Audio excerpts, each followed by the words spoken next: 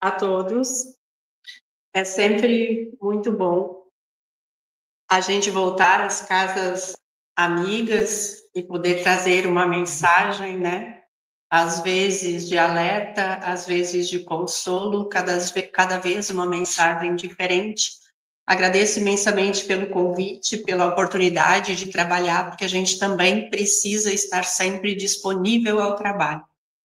Então, que possamos pedir ao mentor desta casa, ao mentor do Ponto de Luz, que esteja conosco neste momento, nos intuindo e levando toda a nossa palavra com mais leveza. Bem, a gente costuma sempre falar muito que somos responsáveis pela nossa saúde mental. A nossa saúde mental, o nosso pensamento, que acaba trazendo ou não saúde também para o nosso corpo físico. Mas pouco se tem falado até então em nossas casas espíritas da saúde dessa nossa grande casa-mãe, desse planeta abençoado. Ele não só nos acolhe, mas ele nos proporciona sempre experiências culturais, experiências espirituais, né? Que vão sempre nos elevando e nos proporcionando este progresso. Assim sendo, a Terra é esse espaço abençoado, criado por nosso Pai amoroso, que possibilita o nosso progresso moral. E ao longo dessas sucessivas existências que a gente vai conquistando esse progresso. Muito mais do que a gente imagina, a saúde dessa nossa grande casa-mãe, ela reflete na nossa saúde também. E não tenhamos dúvida, gente, faz parte da nossa missão, faz parte da missão do ser humano direcionarmos a nossa atenção, a nossa ação também sobre esse fato e sobre este tema. A Federação Espírita do Rio Grande do Sul, há um tempo, já vem desenvolvendo, introduzindo esta filosofia em todos os seus programas educacionais e toda a sua filosofia e todos os seus projetos. Porque não é somente uma questão de preservação, mas é a busca por um sentido mais sublime, um olhar mais sublime sobre tudo isso, respeitando e reverenciando essa admirável obra divina. A gente precisa entender que toda a criação interage, toda a criação, ela respira em conjunto, respira em harmonia para que a gente possa existir. Precisamos parar de individualizar, de personalizar, porque toda a criação pertence a todos e a todos os seres. Desenvolver o senso de gratidão à Terra, nos sentirmos responsáveis e maravilhados por estarmos vivos, desfrutando de tudo isso, que é simplesmente extraordinário. É uma oportunidade única, é uma oportunidade extraordinária estarmos aqui e nesta época. Podem ter certeza, por mais difícil que às vezes pareça estar sendo. Isto é espiritualidade. É uma coisa muito maior do que somos individualmente. As Nações Unidas, desde 1972, instituiu o dia 5 de junho como o Dia Mundial do Meio Ambiente. Então, pois bem, Dia do Meio Ambiente. E não é à toa que quando a gente pega as obras básicas, a gente sempre se relaciona de uma forma ou outra com este tema. E Kardec, no Livro dos Espíritos, traz constantemente esse tema. Quando ele fala sobre os 3 reinos, ele relaciona a questão conservação como sendo prioritária para a nossa evolução. E já na introdução ao tema, na questão 607, ele pergunta: onde passa o espírito a primeira fase do seu desenvolvimento? E prontamente os espíritos respondem: numa série de existências. Numa série de existências que precedem a que chamais de humanidade. Já fizemos parte, então, desta cadeia de seres menos evoluídos. E por isso estamos aqui. E Kardec insiste: podemos considerar a alma como sendo o princípio inteligente dos seres inferiores da criação? E eles respondem, aí nessa altura ele já está se referindo a todas as almas animais, né? Então ele está chegando desde lá de baixo. E eles respondem: já não dissemos que em tudo e em a natureza se encadeia e tende para a unidade? Nestes seres cuja totalidade estás longe de conhecer, porque temos seres ínfimos, não só espalhados na natureza, como no interior do nosso corpo, né? Quantos temos? Bilhões e bilhões de seres. Nestes seres cuja totalidade estás longe de conhecer, é que o princípio inteligente se individualiza pouco a pouco e se ensaia para a vida. Então, cada etapa desses seres é um trabalho preparatório e necessário para que o princípio inteligente sofra a transformação e se torne um espírito único, individualizado. E finaliza dizendo: reconhecei a grandeza de Deus nessa admirável harmonia, mediante a qual tudo é solidário em a natureza. Emmanuel, que a gente conhece muito por ter sido o mentor do Chico, né? Tem uma frase que serve para tudo, em quase todas as ocasiões da nossa vida. É imprescindível aperfeiçoar nosso modo de ver e de sentir, a fim de nos lançarmos rumo à vida superior. E é este ver de forma diferente que a gente precisa começar a exercitar. Aperfeiçoar, fazer uma leitura mais espiritualizada, de fato. Isso não é formidável? A gente conseguir começar a entender as coisas para sentir a necessidade de preservar. Kardec, já lá no século XIX, levantava um tema que, à medida que o tempo passa, vai se mostrando cada vez mais necessário. Que está lá no capítulo 5, na Lei da Conservação, pergunta 702. É lei da natureza o instinto de conservação? Sem dúvida, todos os seres vivos o possuem, qualquer que seja o grau de inteligência.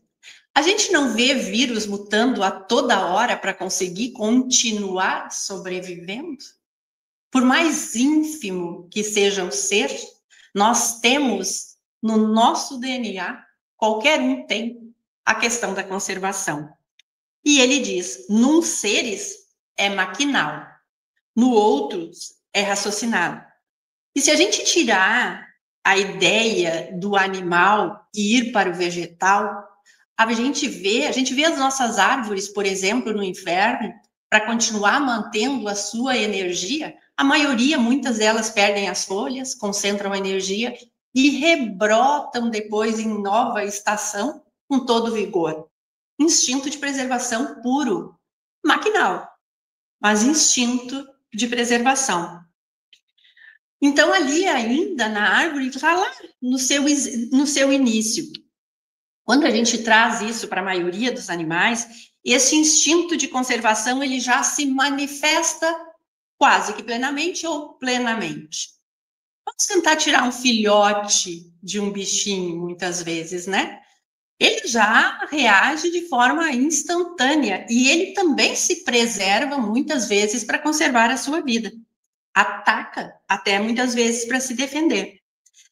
E já no homem, ele sofre a ação da inteligência. Esse instinto de conservação e de preservação já sofre, ou pelo menos deveria, né, sofrer esse instinto, essa inteligência.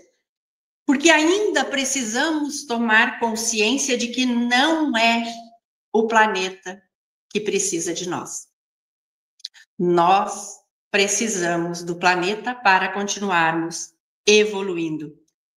É o instinto de conservação que possibilita o cumprimento desta ordem divina. Qual é a ordem divina?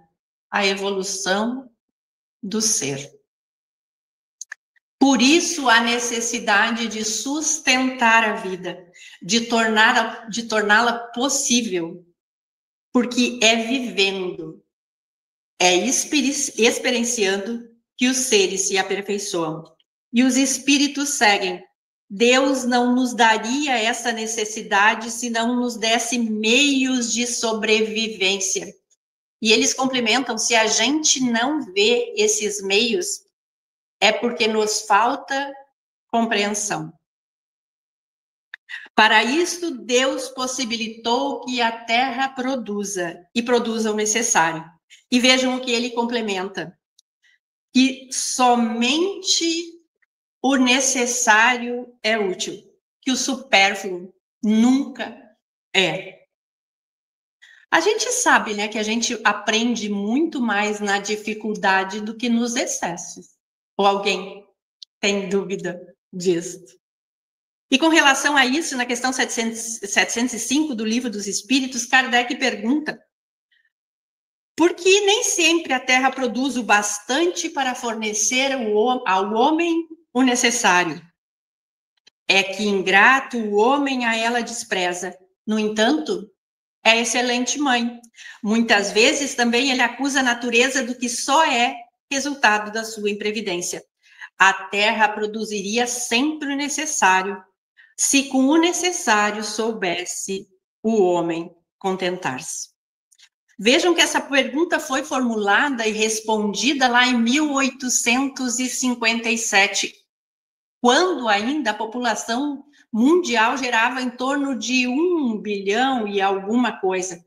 Hoje, somos 8 bilhões e lá vai.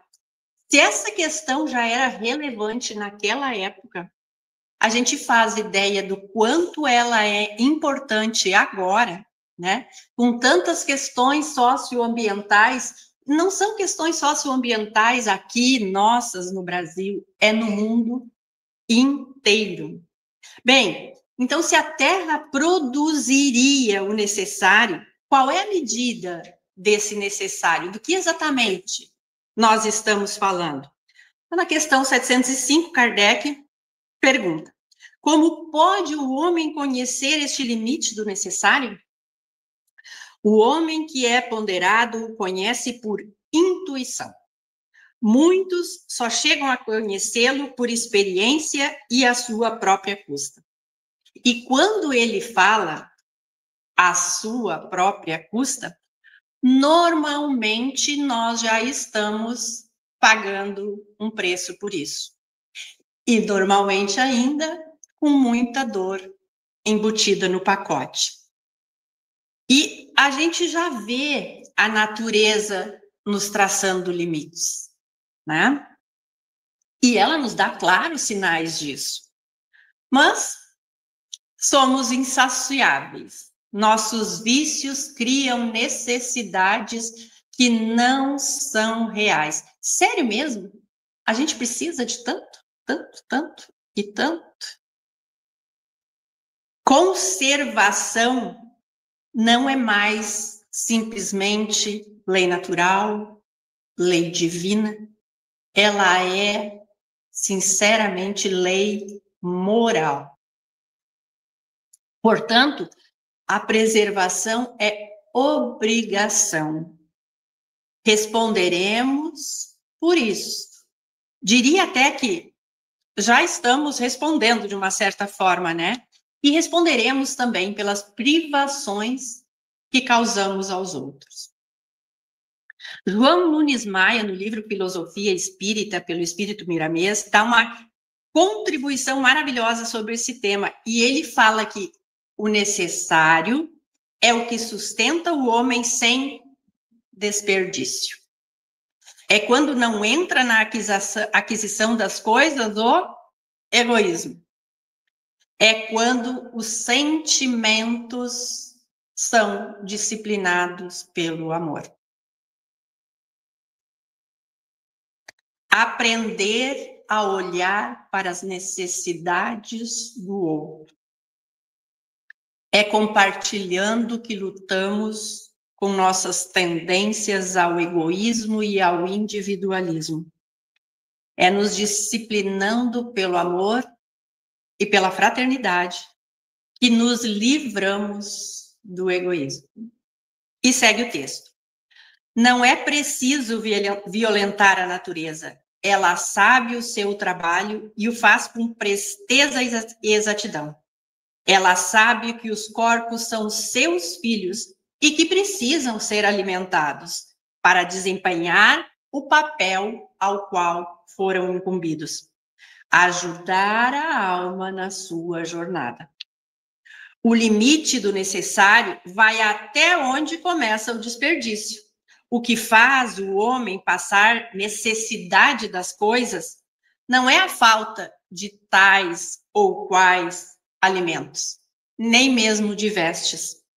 É a ganância pelo ouro. Tá bem claro, né? Um chamado bem claro. O que me parece é que muitas vezes, para a gente ganhar o mundo e se satisfazer com a vida, a gente acaba se perdendo de nós mesmos. E quando eu falo isso, é nos distanciando da nossa essência, da nossa destinação. E aí o Miramês completa: para alimentar a ganância de poucos, muitos não têm o que comer. E não é uma frase de efeito, é real.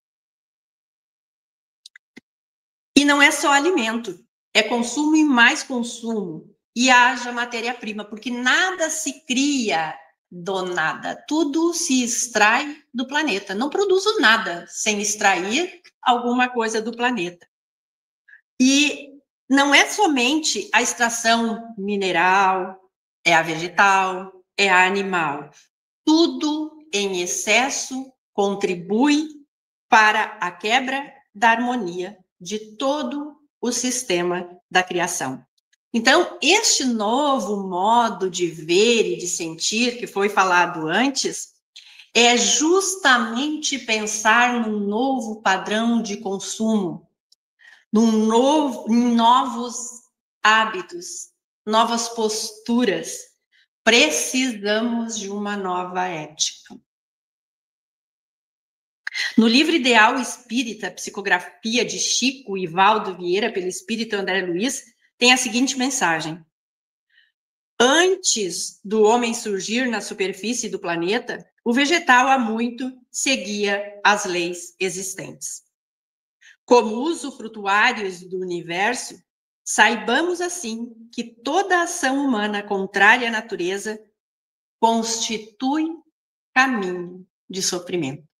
E a gente sempre fica trabalhando essas questões na nossa casa, quando nos desviamos, o egoísmo, ou a falta do perdão nos leva a um caminho de sofrimento, mas a gente não abre até agora, de uma forma clara, este leque. E aqui diz claramente, qualquer ação contrária à natureza gera um caminho de sofrimento. Se não preservo, se não cuido, se não me preservo, se não cuido do meu corpo, também constituo um caminho de sofrimento. Eu me desvio dessa lei de Deus, que na sua essência é lei de amor e de solidariedade com o todo. E André Luiz continua: retiremos dos cenários naturais as lições indispensáveis à nossa vida. Se prestássemos mais atenção na natureza e em tudo que acontece, tiraríamos várias lições que seriam indispensáveis à nossa vida. E ele continua: somos interdependentes. Não viveremos em paz sem construir a paz dos outros. Temos funções específicas. Existimos para colaborar no progresso da criação. Existimos para colaborar no progresso da criação, edificando o bem para todas as criaturas. Carecemos de disciplina. A gente já viu algumas vezes aqui, né? Disciplina, disciplina e disciplina. Sempre. Sem método em nossos atos, não demandaremos luz à frente. Então, ele fala claramente, temos funções específicas. Vamos pensar assim, pássaros, morcegos são semeadores muito mais eficientes do que nós. A gente deu uma bobeadinha ali, vou desmatar. As plantas, as árvores, retiram seu alimento da terra e, em troca, gentilmente, nos devolvem ar puro através da fotossíntese. Nós, na maioria das vezes, optamos por jogar bastante CO2 por aí.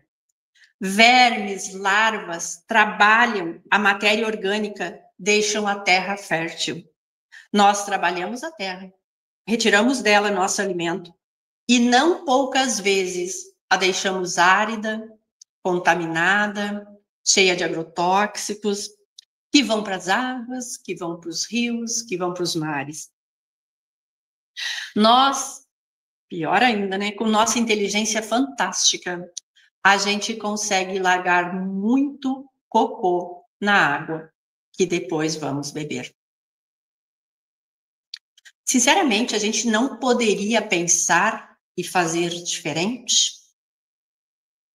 Precisaríamos, no mínimo, manter água limpa, solo fértil, ar puro.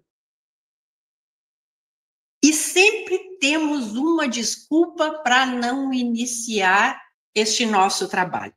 De que adianta só eu fazer se meus vizinhos todos na rua ninguém faz? Ah, mas não precisa fazer isso. Se Deus não quiser, nada vai acontecer.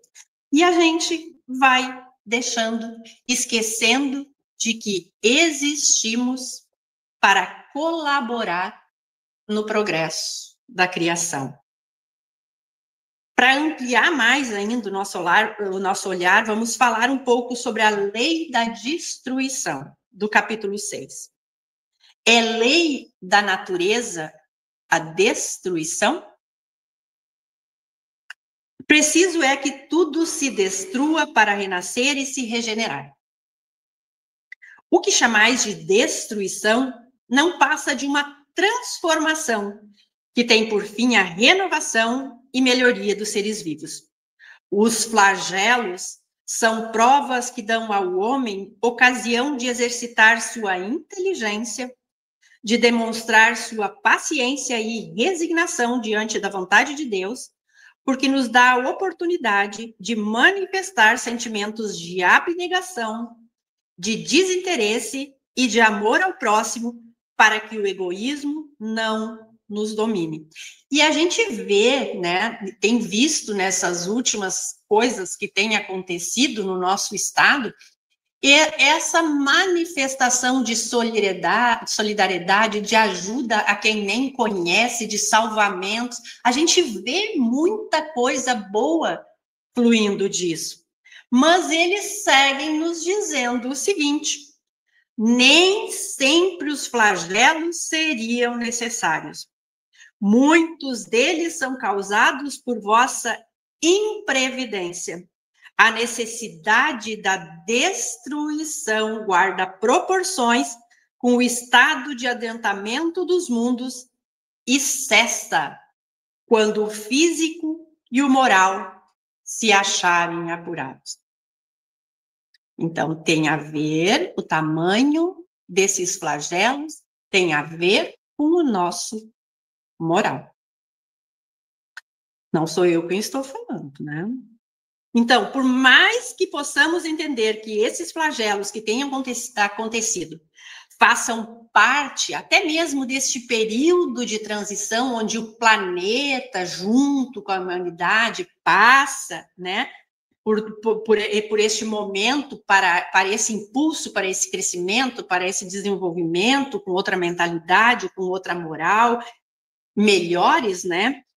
Mas se lidar com essa destruição necessária já está difícil e nos causa tanta dor, lidar com essa destruição abusiva está trazendo mais dor ainda, muito mais do que seria necessário para a nossa evolução. Se, na verdade, estivéssemos cumprindo com a nossa parte. É a destruição necessária versus a destruição abusiva. E aí a gente vê claramente, né, desmatamento vai levar a queimar, as queimadas vai levar à invasão de animais na cidade, a essa onda de calor, essa elevação de temperatura, esse descontrole climático, na verdade, o uso demasiado de combustíveis fósseis, gás carbônico, poluição no ar, bombo na camada, né, de ozônio, extração de minerais, garimpo ilegal, excesso de mergulhos nos rios, nos peixes, que nos contaminam também, né? Excesso de agrotóxico, morte dos insetos polinizadores, sem polinizadores naturais, escassez de alimento, uso excessivo de fertilizantes químicos, contaminação do solo, da água, consumo exagerado, é aumento, é excesso de lixo. E não basta enchermos a terra de lixo, estamos nos especializando em largar containers inteiros nos oceanos. Não contentes com isso, lixo espacial, temos inúmeros milhares de satélites abandonados, né, vagando aos milhares no espaço. Neste ritmo que estamos caminhando para esse desequilíbrio do planeta. A conta acaba vindo, sem dúvida. André Trigueiro, ele tem essa pegada bastante ambientalista, porque ele é jornalista, espírita, mas ele também é formado em gestão ambiental, então ele bate muito de frente com isso, né? E ele nos diz, mas ele tem coisas maravilhosas, ele nos diz que o Evangelho de Jesus é um tratado de amor e de saúde. E a gente não tem, muitas vezes, esse olhar para o Evangelho, né? E é sobre isso que estamos falando aqui. Deste tratado de amor e de saúde oferecido pelo Cristo que está contido no Evangelho. Porque se respeitarmos a lei do amor, a saúde se restabelece por consequência. Trigueiro enfatiza que tudo que está fora está dentro. E ele diz claramente, tudo que está fora está dentro. Há muitas moradas na casa de meu pai. Em cada uma dessas moradas, os seres que lá habitam têm os elementos que são formados pelos elementos que constituem essa morada. A matéria-prima, todos os elementos que constituem o nosso planeta, Terra, também nos constituem. O planeta, ele está dentro de mim, o planeta está dentro de cada um de vocês. Água, oxigênio, metais que tem no nosso planeta, aí lista, ferro, zinco, manganês, tantos outros, também circulam na nossa corrente sanguínea. São componentes dos nossos órgãos. O que está fora, está dentro. Se a água, se o solo, se o ar que estão fora estão contaminados, e se o planeta adoece, quem adoece junto com ele? Todos nós, todos os seres que nela habitam. É a tal interdependência que o Chico sempre fala. Ou falava, né? Mas ele continua nos dizendo isso, sem dúvida, a todo momento, através de suas obras, né? E através das suas emanações, de boas energias, com certeza, para todos nós. Dizem ser o Brasil a maior nação espírita do mundo, e segundo Humberto de Campos, Brasil, coração do mundo, pátria do Evangelho. O Evangelho que nós, então, devemos observar. Temos a maior quantia de água doce do mundo, e a gente sabe, no subsolo, o aquífero Guarani, na superfície, a bacia amazônica. Temos a maior diversidade de biomas do planeta. É Caatinga, Cerrado, Floresta Amazônica, Mata Atlântica, o nosso lindíssimo Pampa Gaúcho. Temos a maior quantidade de terra fértil do mundo. E se temos todos esses recursos aqui, nós temos também o compromisso de proteger. E não é em vão que a doutrina espírita estabelece esse combate ao materialismo. Materialismo igual ao consumismo, consumismo igual ao materialismo. O excesso desse consumismo compromete a nossa morada. O que equivale a dizer que os nossos hábitos estão comprometendo o nosso processo evolutivo. O Espiritismo, guiado pelos ensinamentos do Cristo, sempre se posicionou a favor da vida, combatendo o aborto, alertando sobre os equívocos do suicídio, posicionando-se contra a eutanásia. Então, é chegada a hora de dar uma olhada, né, para essa destruição ambiental e se colocar mais uma vez a favor da vida de todos os seres, consumindo e agindo de forma mais consciente. Então, a gente pode ajudar pássaro, ajudar morcego, vamos plantar a árvore. A gente pode utilizar mais cada vegetal, folhas, cascas. Pode aplacar a fome de muita gente. A gente pode ajudar os vermes na transformação e na fertilização da terra. Uma composteira doméstica em casa, tão simples, tão natural. Usar folhas de papel dos dois lados, não se demorar tanto no banho, escovando os dentes, no lavar a louça. A gente pode contribuir pouco a pouco, um pouquinho mais. Se uma árvore gigantesca, ela se forma através de uma mínima semente, nós, com os nossos pequenos hábitos no dia a dia, podemos fazer e alcançar muita coisa. A importância de reusar, de reciclar, de repensar, de descarte correto, muito importante. Muitas vezes a gente não dá valor a isso. É hora de começar a raciocinar, a racionalizar, para não racionar. Então, olhar para o caminhão do lixo, se ele passa, se ele não passa, mas tem posto de coleta, posso levar no posto de coleta. A gente vai fazendo assim e influenciando muita gente.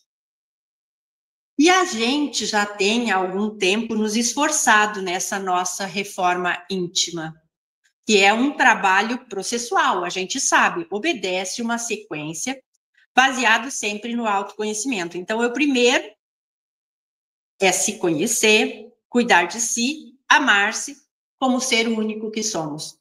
A partir daí, como resultado desse autocuidado, a gente passa a ter uma transformação moral e olhar mais para o lado, para os nossos semelhantes. E por que não esse passo a mais? Cuidar da nossa casa planetária. Nos preparar para essa nova era, largar aquele ranço de homem velho, que eu não preciso fazer isso, e começar a abrir para o novo, nova ética, mais fraterna, que inclua toda a criação. E para ouvir coisas belas também, eu cito um trecho da obra de Joana de Ângeles, psicografada por Divaldo, intitulada Após a Tempestade. E ela diz: o programa para o saneamento de tão perigoso estado de coisas já foi apresentado por Jesus, o sublime ecólogo. Ela chama Jesus de sublime ecólogo porque ela já via em Jesus esse forte chamado de preservação.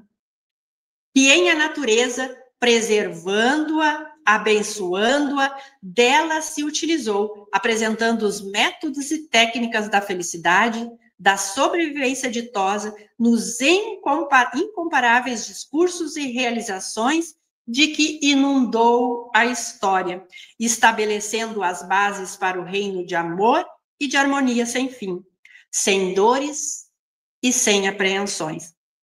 Então, Jesus já, de fato, a gente sabe que ele se utilizava muito dessas energias da natureza, até mesmo para fazer as suas curas. Como podemos nós, então, separar os ensinamentos do Cristo desta dimensão ecológica que é a obra de Deus, ofertada para o nosso bem, para a nossa evolução? Vamos fazer parte, então, desta harmonia com todos os seres que evoluem e habitam na nossa Mãe Terra. E eu acredito até que o correto seria dizer que coevoluem e coabitam na Terra, porque todos evoluímos juntos e ao mesmo tempo, interagindo uns com os outros, cada um em seu estágio evolutivo. E Joana continua e nos traz uma belíssima notícia. A Terra sairá do caos. Olha que beleza. A Terra sairá do caos que absorve e voltarão o ar puro, a água cristalina, a relva repousante, o trinar dos pássaros, o fulgor do sol e o faiscar das estrelas, em nome do Pai Criador e de Jesus, o Salvador perene de todos nós. Leio, então, também, já quase nos encaminhando, assim, para o final, um trecho dos Mensageiros, psicografado por Chico, no capítulo intitulado Evangelho no Ambiente Rural. Nele, os espíritos comentam que, embora a espiritualidade zele cuidadosamente pela manutenção das bases da vida, nós, seres humanos, estamos agindo qual vigorosa máquina de triturar. E se referindo aos homens, os espíritos relatam de forma muito carinhosa o que um dia veremos. Ajudemo-lo, ao homem, a compreender para que se organize uma era nova. Auxiliemo-lo a amar a terra antes de explorá-la no sentido inferior, a valer-se da cooperação dos animais sem os recursos do extermínio. Nesta época, o matadouro será convertido em local de cooperação, onde o homem atenderá aos seres inferiores e onde estes atenderão às necessidades dos homens. E as árvores úteis viverão em meio do respeito que lhe é devido.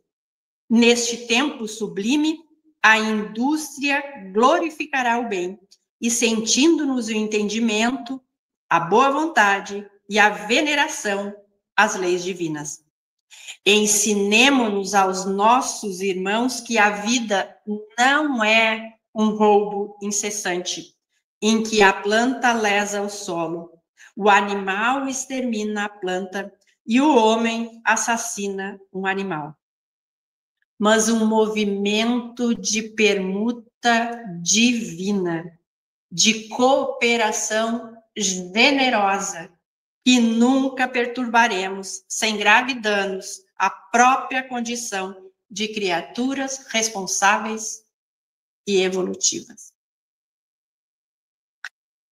Então, qualquer interferência do plano espiritual que se faça necessária, pandemias, inundações severas, ondas de calor, vendavais, jamais virão sem graves danos ou sofrimentos. Como criaturas evolutivas, vamos sentir e agir como tal. Trabalhar desde já a mudança, educar nossos sentimentos, educar nossos filhos, nos preparando para esta nova era. E já percebemos surgindo, movimentando de fato as entranhas do planeta. Não tem, acredito que não tenha como separar o espiritismo de Jesus. E estamos vendo que não tem como separar espiritismo de ecologia, espiritismo de meio ambiente. São duas coisas que caminham lado a lado. E precisamos conservar. E assim, gente, agradeço imensamente a cada um de vocês que está aqui me ouvindo pacientemente e agradeço principalmente a esta casa sempre pela oportunidade de trabalho. Que Deus nos abençoe e esteja em nosso coração hoje e sempre. E assim seja.